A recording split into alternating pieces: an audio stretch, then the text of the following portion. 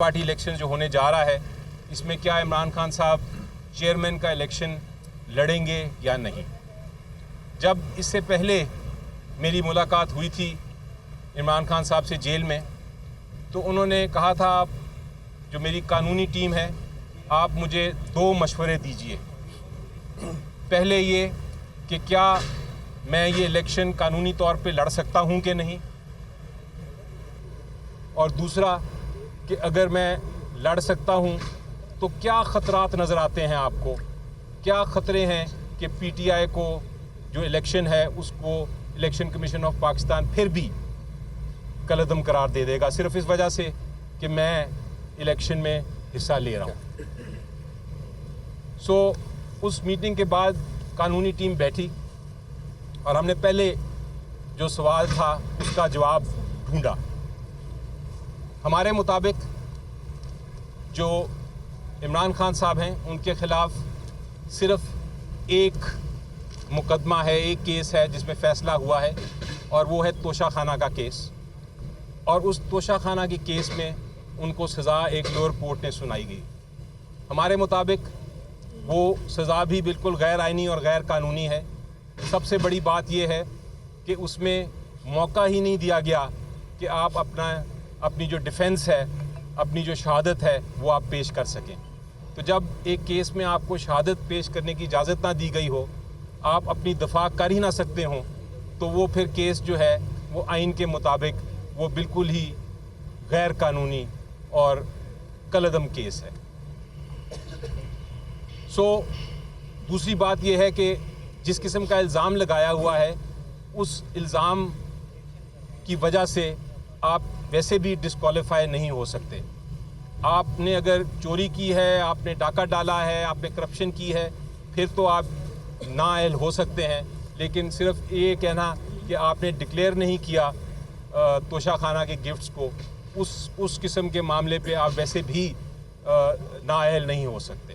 تو پہلے سوال کا جواب بڑا کلیئر تھا کہ عمران خان صاحب انٹر پارٹی الیکشنز میں حصہ لے سکتے ہیں.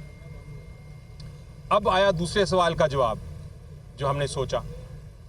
دوسرے سوال کا جواب یہ تھا، دوسرا سوال یہ تھا، میں دوبارہ دہراتا ہوں کہ کیا خطرات ہیں کہ اگر اس کے باوجود کہ وہ نااہل نہیں ہیں وہ انٹرا پارٹی الیکشنز میں حصہ لیتے ہیں، تو کیا خطرات ہیں. الیکشن کمیشن آف پاکستان کوئی ایسا آخری وقت پہ غیر آئینی اور غیر قانونی فیصلہ تو نہیں کر سکتا جس کی وجہ سے پی ٹی آئی کو بلہ نہ ملے اور پی ٹی آئی کے کینڈیڈیٹس جو ہیں ان کی نامینیشنز کینسل ہو جائیں. تو یہ خطرہ بالکل تھا کیونکہ وہ فیصلہ جو ہے وہ ابھی تک سسپینڈ ہوا ہے. جو توشہ خانہ کا ہے وہ فیصلہ سسپینڈ ضرور ہوا ہے لیکن اس کا فائنل فیصلہ نہیں ہوا. تو یہ معاملات جب ہم نے ڈسکس کیے تو کل عمران خان صاحب کے پاس میں یہ لے کے گیا، ساتھ باقی بھی وکلاء تھے، اور ان کو یہ ہم نے دونوں سوالات کے جواب دیے. تو انہوں نے کہا کہ میں کوئی بہانہ نہیں دینا چاہتا الیکشن کمیشن آف پاکستان کو کہ وہ پی ٹی آئی کے الیکشن میں جو جنرل الیکشن ہے نیشنل اسمبلی اور پروونشل اسمبلی کا اس میں وہ بلے کا نشان لے لیں یا الیکشن میں حصہ نہ لینے دیں یا کینڈیڈیٹس کی نامینیشن جو ہے ان کو ریجیکٹ کر دیں. میں کسی قسم کا یہ خطرہ مولنا نہیں چاہتا کیونکہ پبلک ہمارے ساتھ ہے. الیکشن جب ہوں گے ہم انشاءاللہ جیتیں گے. میں الیکشن میں حصہ لینا چاہتا ہوں جنرل الیکشن میں. یہ انٹرا پارٹی الیکشن جو ہے میرے لیے کوئی اہمیت نہیں رکھتا. میں چاہتا ہوں کہ میرا جو کیس ہے توشہ خانہ والا جس کی شاید کل سماعت ہے وہ جلد سے جلد اس کی سماعت ہو، اس کا فیصلہ ہو. جب وہ فیصلہ ہو جائے گا میں intra party election as chairman دوبارہ لڑ لوں گا. فی الحال عارضی طور پہ آپ ارینجمنٹ کریں کہ یہ الیکشن کرائیں انٹرا پارٹی الیکشن.